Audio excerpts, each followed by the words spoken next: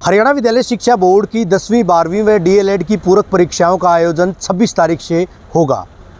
जी हां, विद्यालय शिक्षा बोर्ड की 10वीं की परीक्षाएं 27 जुलाई से शुरू की जाएंगी, जो कि प्रदेश भर में 71 परीक्षा केंद्रों पर आयोजित की जाएंगी। इन परीक्षाओं में प्रदेश भर के 38,205 परीक्षार्थी अपनी किस्मत आजमाएंगे। अगर 12वीं की परीक्षा की बात करें तो 26 जुलाई यानी कल एक दिन परीक्षा आयोजित की जाएगी। इस परीक्षा में 37,160 परीक्षार्थी परीक्षा देंगे।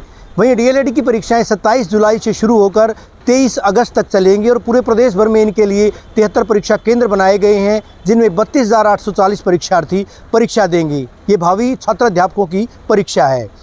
इस बार की परीक्षाओं में अगर बात करें, नई तकनीक ईजाद की गई है। इस बार विद्यालय शिक्षा बोर्ड की फ्लाइंग स्क्वाड्स को ख़त्म करके ऑब्जर्वर तैनात किए गए हैं, जो कि विद्यालय शिक्षा बोर्ड के अधिकारी कर्मचारी ही होंगे। तमाम परीक्षा केंद्रों पर ये ऑब्जर्वर देखने को मिलेंगे। पहले की तरह इस बार भी विद्यालय शिक्षा बोर्ड द्वारा आयोजित की जा रही परीक्षाओं में बार कोड, QR कोड प्रश्न पत्रों पर अंकित किए जाएंगे। तमाम परीक्षा केंद्रों पर धारा 144 लगाई गई है और साथ ही साथ पुलिस प्रशासन भी इन परीक्षाओं में मुस्तैद दिखेगा। हरियाणा विद्यालय शिक्षा बोर्ड के द्वारा 10वीं 12वीं व डीएलएड की पूरक परीक्षाएं हैं, उनका आयोजन किया जा रहा है। किस तरह का शेड्यूल है, बोर्ड की किस तरह की रणनीति है, किस तरह की स्ट्रेटजी है, इस पर बात करने के लिए विद्यालय शिक्षा बोर्ड के अध्यक्ष डॉक्टर VP यादव जी हमारे साथ हैं। सर, पहला सवाल यही कि परीक्षाएँ कब से शुरू होंगी और किस तरह से शेड्यूल तय किया गया है? 26 जुलाई से परीक्षाएँ शुरू हो रही हैं और 4 अगस्त तक ये परीक्षाएँ चलेंगी। उसके बाद जो है रिज़ल्ट वगैरह की हम अच्छी तरह से तैयारी करते हैं, वो रहेगा। लेकिन इस बार भी हमेशा की तरह एकदम चाक चौबंद प्रबंध किए गए हैं और थोड़ा सा बदलाव हमने जो किया है इस बार कि फ्लाइंग ना होकर इस बार बोर्ड के परमानेंट ऑब्जर्वर्स रहेंगे, जो मैं समझता हूँ कि एक नया प्रयोग है और बाकी प्रयोगों की तरह हमें पूरी उम्मीद है कि ये भी बहुत सक्सेसफुल प्रयोग रहेगा। परीक्षा केंद्रों की बात करें सर, 12वीं की बात करें, 12वीं में जहां 128 परीक्षा केंद्र बनाए गए हैं, 10वीं की बात करें, कितने परीक्षा केंद्र, कितने परीक्षार्थी परीक्षा केंद्रों पर अपीयर होंगे, परीक्षा देंगे? सर, टाइमिंग क्या रहेगी सर परीक्षाओं की? जिस तरह से समय की अगर बात करें, क्या टाइमिंग रहेगी? कक्षा 12वीं में 38,000 के आसपास है, 10वीं में 37,000 के आसपास हैं और डीएलएड के 32,000 के आसपास कैंडिडेट्स हैं जो परीक्षाएँ देंगे। समय एक ही रहेगा सबका, दोपहर 2 बजे से लेकर 5:30 बजे तक परीक्षाएं देंगे अपने।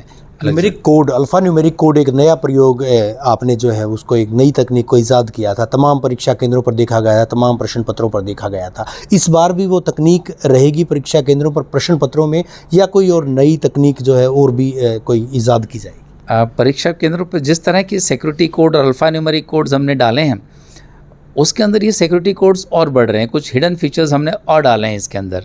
तो अब जो संभावनाएं थी, जैसे हमने पिछले बार जैसे ही पेपर आउट हुआ, हमें तुरंत पता लग गया कि फ़लाने सेंटर से फ़लाने बच्चे का क्वेश्चन पेपर है, जो कि अभी हमारे पास पहुंच चुका है, अरे हमें पता लग जाएगा। तो वो सिक्योरिटी फीचर्स तो अभी रहेंगे और फीचर्स की जो सिस्टम है वो और बढ़ेगा। अभी तो QR कोड है, आने वाले समय मैट्रिक्स कोड होगा, जो कि और भी एडवांस फीचर है इसका। तो ये सभी फीचर्स परीक्षाओं में, प्रश्न पत्रों में रहेंगे। जो ये परीक्षाएं हैं सर, सप्लीमेंट्री परीक्षाएं, पूरे प्रदेश भर में, पूरे सूबे में परीक्षा केंद्र बनाए गए या महज कुछ जिलों में परीक्षा केंद्र? सबसे पहले तो बताना चाहूँगा कि परीक्षा केंद्र सिर्फ और सिर्फ ज़िला मुख्यालयों पर बनाए गए हैं और इससे बच्चों को भी पहुँचने में आसानी रहती, क्योंकि नंबर ऑफ़ कैंडिडेट्स कंपैरेटिवली बहुत कम होते हैं और सभी ऐसी जगह परीक्षा केंद्र बनाए हैं हमने जहाँ पर बच्चों को पहुँचने में आसानी रहे। गवर्नमेंट और प्राइवेट दोनों तरह के स्कूलों का हमने परीक्षा केंद्र बनाया है। विद्यार्थियों से, अभिभावकों से क्या अपील रहेगी आपकी? मैं सबसे पहले विद्यार्थियों को शुभकामनाएं देना चाहूँगा कि वो पूरे तैयारी के साथ बैठें इसके अंदर और उनको सफलता हासिल हो। पूरा संयम बरतें, अपने एडमिट कार्ड पर जितने भी हमने इंस्ट्रक्शंस दिए हैं उन इंस्ट्रक्शन को ध्यान से पढ़ें। अगर किसी तरह की एडमिट कार्ड में कोई त्रुटि है तो परीक्षा शुरू होने से पहले वो तुरंत बोर्ड में मेल कर दें या आकर उसे ठीक करवा लें हमसे।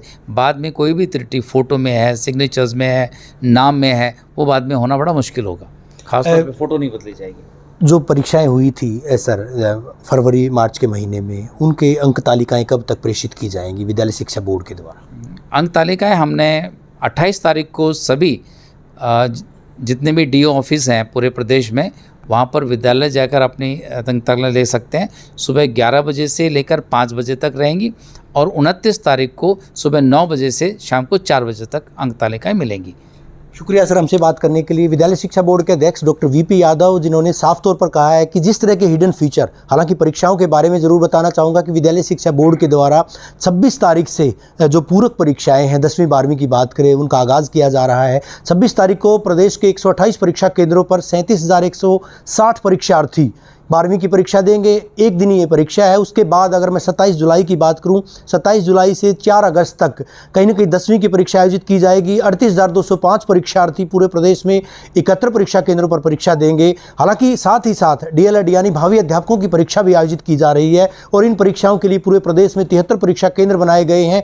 73 परीक्षा केंद्रों पर 32,805 परीक्षार्थी अपनी किस्मत आजमाएंगी। बोर्ड के द्वारा एक नया प्रयोग इस बार किया गया है। पहले जो फ्लाइंग स्क्वैड्स जाते थे, हालांकि बड़ी तादाद में, सैकड़ों की तादाद में फ्लाइंग स्क्वैड्स बनाए जाते थे, उनको इस बार नहीं बनाया गया है और बोर्ड की तरफ से पर्यवेक्षक, ऑब्जर्वर जो बोर्ड के कर्मचारी अधिकारी हैं, उनको लगाया गया है।